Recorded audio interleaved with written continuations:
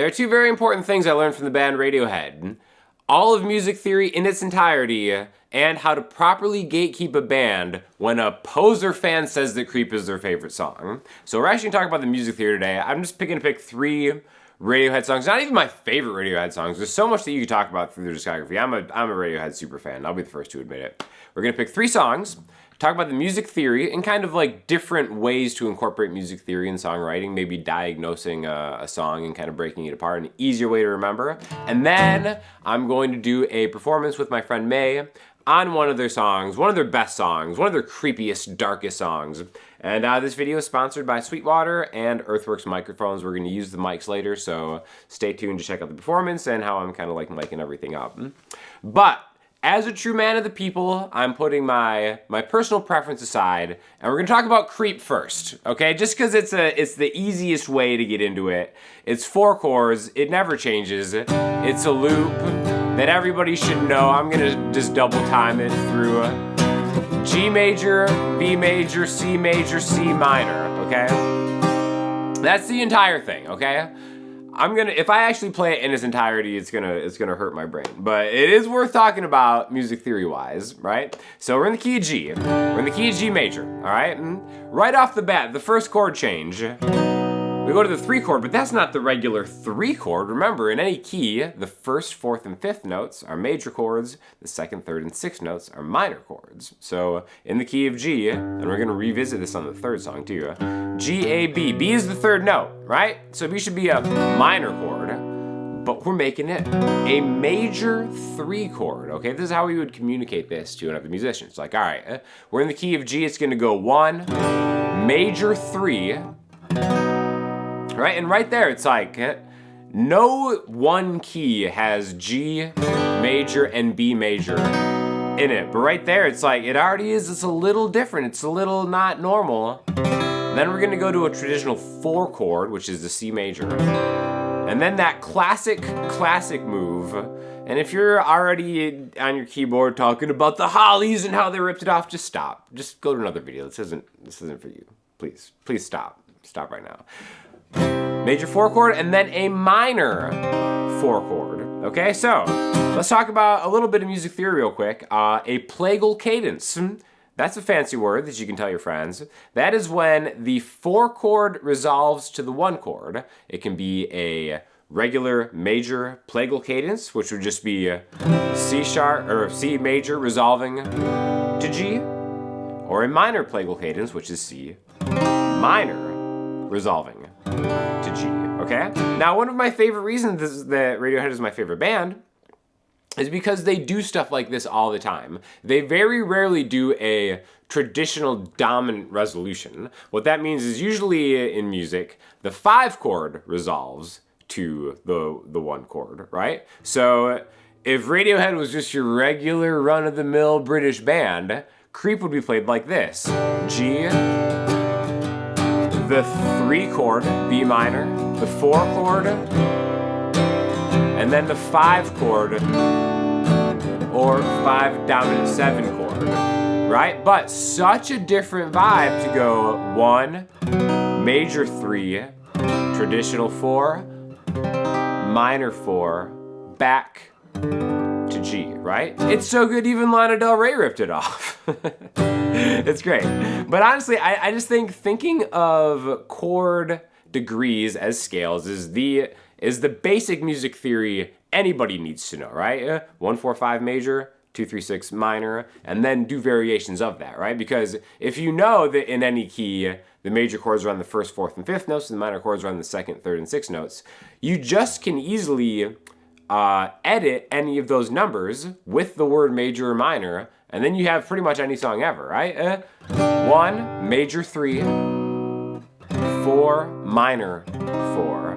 Plagal cadence, you end on G, you learn a song, it's just a loop over and over again. You can sarcastically play it for those fake Radiohead fans out there, and then tell them how much you love plagal cadences, and man, you're a surefire hit at any party, right?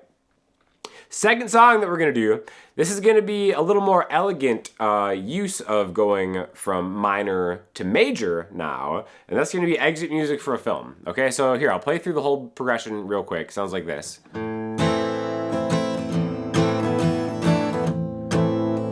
Actually, I'm gonna stop. If you're one of those keyboard warriors, it's like, actually the song's traditionally in the key of B minor with a capo on the... Yeah, no, we're just gonna do it in A minor. Capo is on the 2nd fret, I think, if you want to do it in the original key. A minor.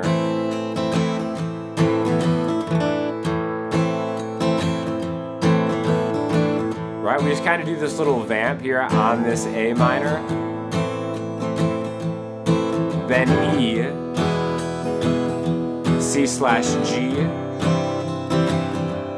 a D inversion with an F, then A.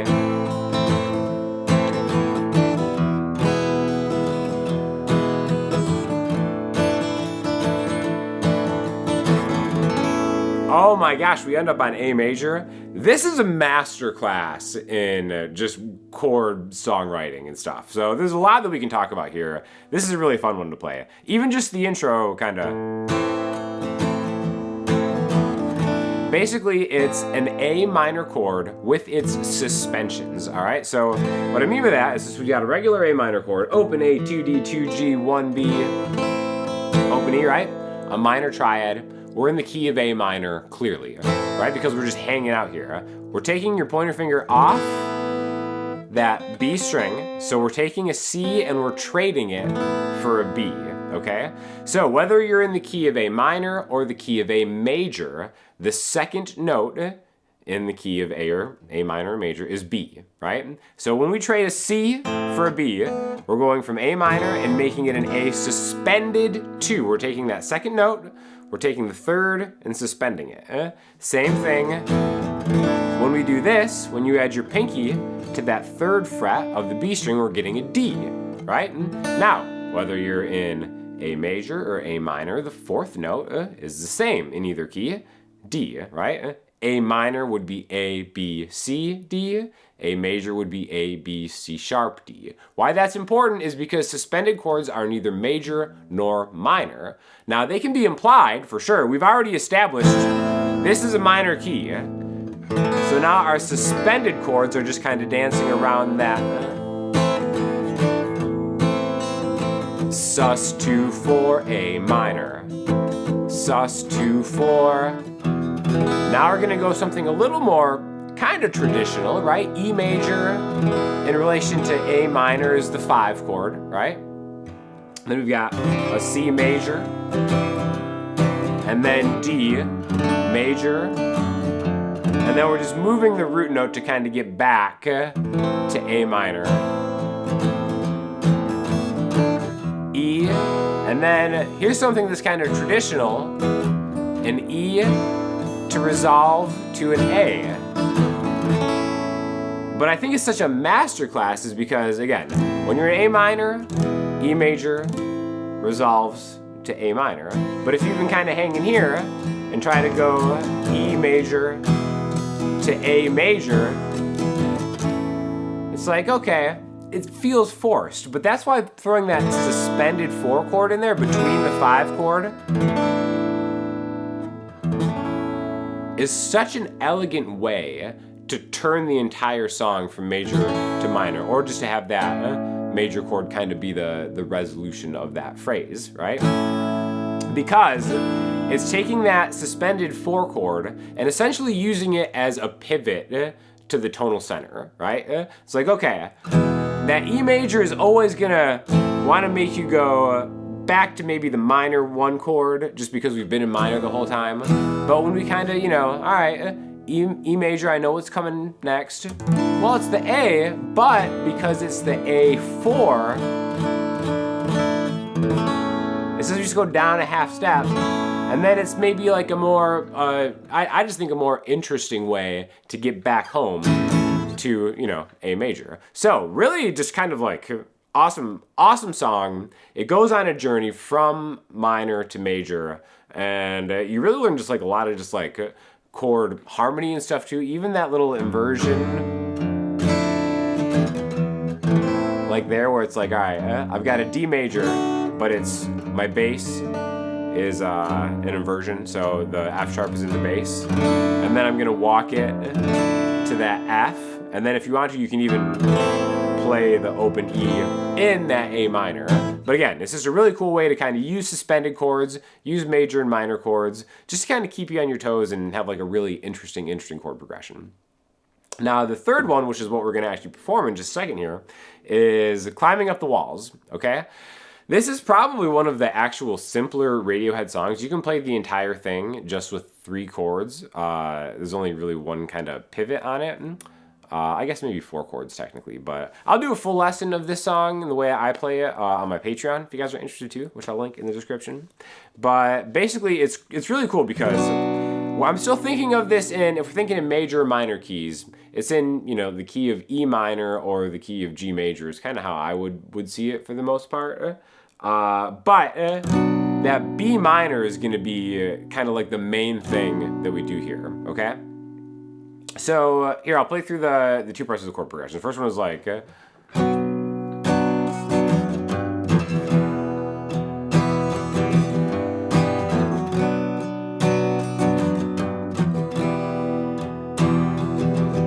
that's the verse, and then this is kind of like the chorus. So really, it resolves on B minor, right? So I think that's kind of like an interesting way to really use this chord to almost make another minor chord in the same key have a vibe and have a feel of minor hopefulness, which is almost kind of the way that I would describe a lot of Radiohead's style. A lot of people are like, oh, it's like sad music. I totally disagree. 100%. It's definitely not sad music, but I think the way that they incorporate minor chords and use the vibe of the chord building in their arrangements is a way of like maybe just like having minor chords take some of the heavy lifting of where maybe major chords would be in like traditional music, I guess would be an interesting way to put it. But I think specifically for this song, because we're kind of going on B minor to G to E minor, and then kind of pivoting on that G in between. When we get to that E minor, it's like, oh, well, that's kind of interesting. The E minor almost sounds hopeful in relation to that B minor chord, which again, when you end it on the B minor, because that is where the song resolves, it's a different kind of feel. It's this 100% vibe-based musicianship, which again, I think a lot of that just comes, it's no accident how smart these guys are. Like, they definitely understand their music theory, and, you can make the argument about whether they're just, using their ears or a collaborative effort, or they're trying to be like, okay, well, am I thinking of this as E minor and G major and B Phrygian or something like that? I think maybe that's a little overblown, but understanding the music theory and how they're using different major and minor chords to like achieve kind of like a vibe, I think is something that really just obviously works super, super well.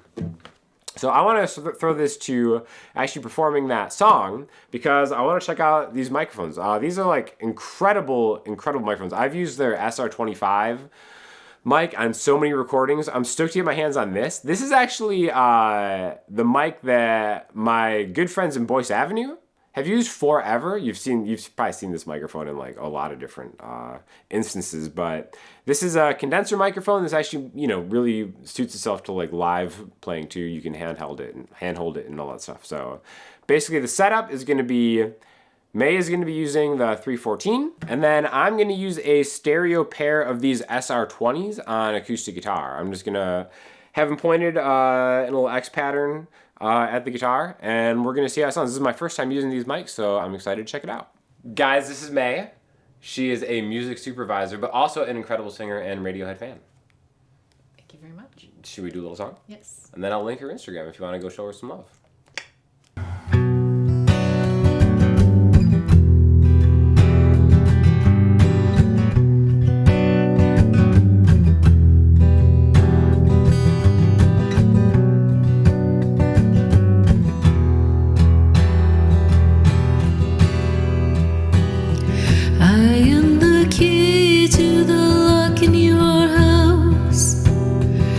Keeps your toys in the basement, and if you get too far inside,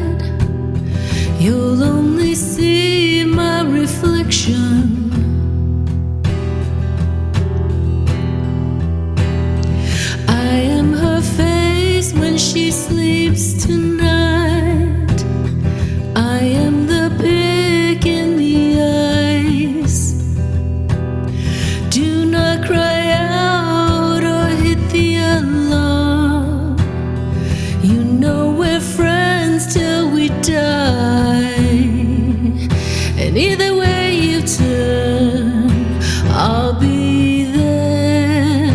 Open up your skull, I'll be there. Climbing up the walls.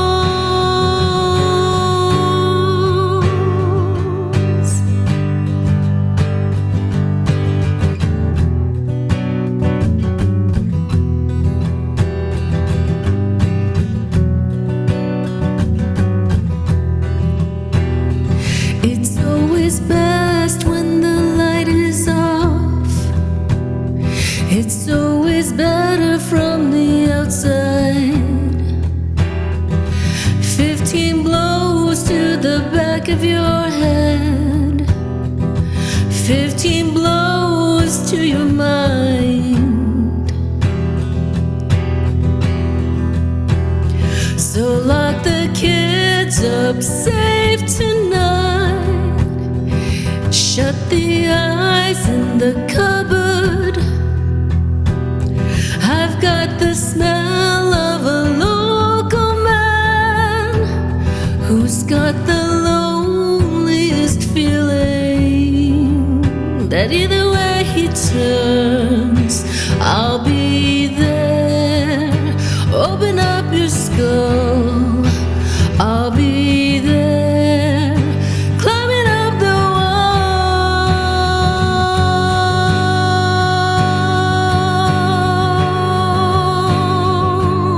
walls.